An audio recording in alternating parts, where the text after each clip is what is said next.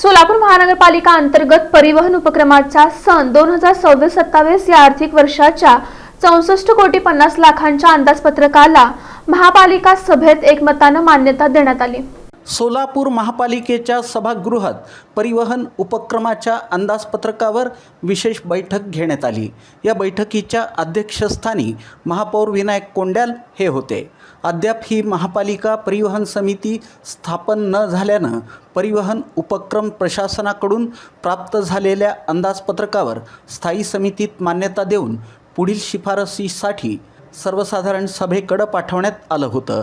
यानुसार सर्वसाधारण सभेत हे अंदाजपत्रक स्थायी समिती सभापती रंजिता चाकोते यांनी मांडलं।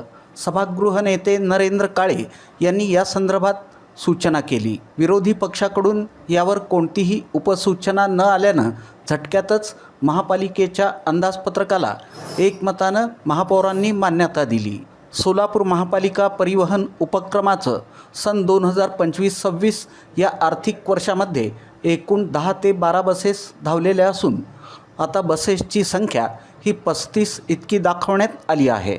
पुढील आर्थिक वर्षात सन 2026-27 मध्ये केंद्र शासनाकडून येणाऱ्या पहिल्या टप्प्यातील 30 बसेससह 40पेक्षा अधिक बसेस धावणार असल्याचं दाखवत त्यामधून उत्पन्नात वाढ होईल आणि प्रवाशांची सोय होणार असल्याचं नव्या अंदाजपत्रकात नमूद करण्यात आलं आहे।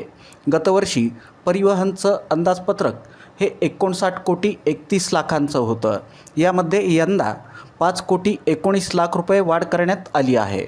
यापूर्वी महापालिकेकडून परिवहन विभागाला अनुदान स्वरूपात 14 कोटी रुपये मिळालेले आहेत। शिवाय आता चालू आर्थिक वर्षात देखील महापालिकेकडून 17,32,80,000 रुपयांचं अनुदान अपेक्षित असल्याचं नमूद करण्यात आलं आहे।